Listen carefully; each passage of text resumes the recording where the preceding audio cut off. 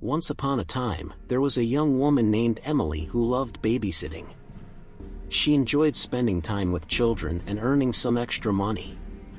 One day, Emily received a call from a family who needed a babysitter for their 3-year-old daughter, Lily. Emily was excited to meet the little girl and agreed to babysit for the night. Emily arrived at the house just before the parents left. They gave her a brief rundown of their usual routine and left her with a phone number in case of an emergency. Emily felt comfortable and settled into play with Lily. They read books, played games, and watched a movie together. As the night went on, Emily noticed that Lily seemed to be acting strange. She was staring at things that weren't there and kept talking to someone that Emily couldn't see. Emily tried to brush it off, thinking that maybe Lily was just tired or imagining things. Later on, Emily put Lily to bed and went to the living room to watch some TV. That's when she heard a strange noise coming from upstairs. She hesitated for a moment but then decided to investigate. As she climbed the stairs, the noise grew louder and more unsettling. When she got to the top of the stairs, Emily saw that one of the doors was slightly open. She pushed it open and saw a room that was completely dark except for a small lamp in the corner. As she approached the lamp, Emily could see that there was a figure sitting in the corner. Emily froze in fear as she realized that it was Lily, but she looked different. Her eyes were pitch black and her face was contorted in an unnatural way. Emily tried to run, but something grabbed her ankle and pulled her back. She fell to the ground, and the last thing she saw was Lily crawling towards her. The next morning, the parents returned to find Emily lying on the floor, unconscious. They rushed her to the hospital, but she never woke up. She remained in a coma for several months before passing away. After Emily's tragic death, rumors began to circulate about the house and the family who lived there. Some people claimed that the family had a history of mental illness and that Lily was possessed by an evil spirit. Others said that Emily's death was the result of a curse placed on the house by a vengeful ex-lover. Whatever the truth may be, one thing is certain: Emily's experience serves as a chilling reminder of the dangers that can lurk behind the doors of even the most innocent-looking homes. Babysitting may seem like a fun and easy way to earn some extra cash, but it can also be a risky endeavor. As a young teenager, Sarah had always loved babysitting. It was an easy way to make some extra money while also getting to spend time with cute and funny kids. However, one particular babysitting experience would haunt her for years to come. It was a dark and stormy night when Sarah arrived at the house of the family she was supposed to be watching for the night. The parents seemed friendly enough, but something felt off. As soon as they left, Sarah felt a chill run down her spine. She decided to distract herself by playing with the children, who were around 5 and 7 years old. They were playing a game in the living room when they suddenly froze and turned to look at the front door. Sarah felt her heart skip a beat when she heard a faint tapping sound. The tapping got louder and more persistent, and the children began to whimper. Sarah tried to calm them down, but she was feeling increasingly uneasy herself. She crept towards the door and peered through the peephole, but couldn't see anything. Suddenly, the tapping stopped. Sarah breathed a sigh of relief and turned around to face the children, only to find that they were gone. Panic set in as she frantically searched the house for them, but they were nowhere to be found. Just as she was about to call the police, she heard a faint whisper coming from upstairs. She crept up the stairs and found the children huddled in a corner, shaking with fear. They pointed to the closet door, which was slightly ajar. Sarah's heart was pounding as she slowly opened the door. What she saw inside would haunt her forever. A man was crouched in the corner, grinning at her with an unsettling glint in his eyes. She screamed and ran back downstairs, grabbing the children and fleeing the house as fast as she could. It wasn't until they were safely outside that Sarah realized she had left her phone behind. She debated going back inside to retrieve it, but ultimately decided against it. She called the police from a neighbor's house and waited anxiously for them to arrive. When they finally did, they searched the house and found no sign of the man. He had disappeared into the night, leaving no trace behind. Sarah never went back to babysitting again, haunted by the memory of that terrifying night. Once upon a time, there was a teenage girl named Emily who loved babysitting for extra cash. She had a great reputation in her neighborhood and was highly recommended by families who hired her in the past. One night, Emily received a call from a family she had never babysat for before. They needed someone to watch their 2-year-old son while they attended a work function. Emily eagerly agreed and arrived at their house at 7 p.m. As soon as Emily walked through the door, she felt a sense of unease.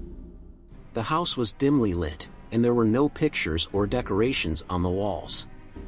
The parents rushed out the door, barely giving Emily a chance to ask any questions. Emily tried to distract the toddler with toys and games, but he seemed to be fixated on a particular toy. It was a stuffed bear that had a creepy, unsettling look to it. Every time Emily tried to take it away, the toddler would cry and scream until she gave it back. As the night progressed, Emily heard strange noises coming from upstairs. She tried to ignore them and assumed it was just the house settling, but the noises continued to get louder and more frequent.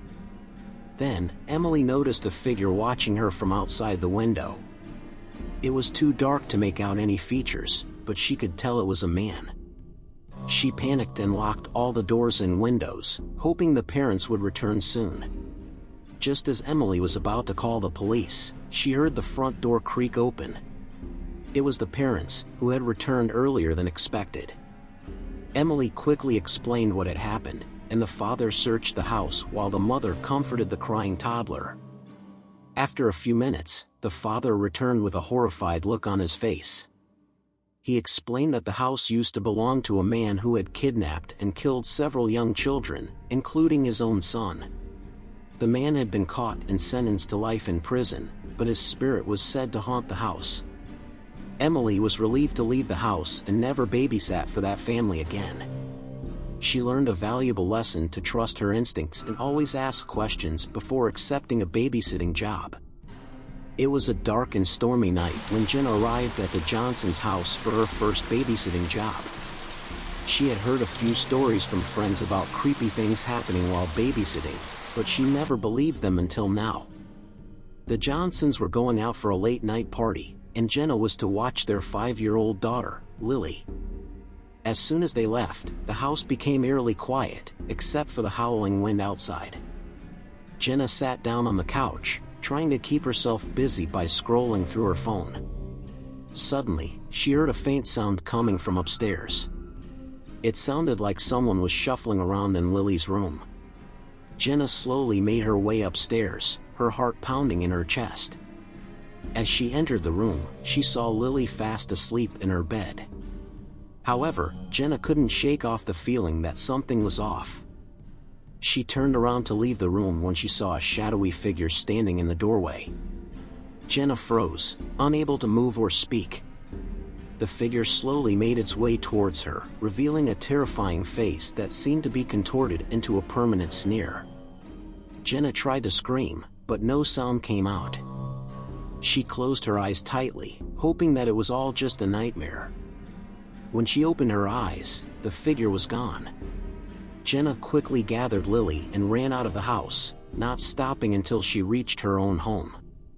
She never babysat for the Johnsons again, and to this day, she still has nightmares about that night.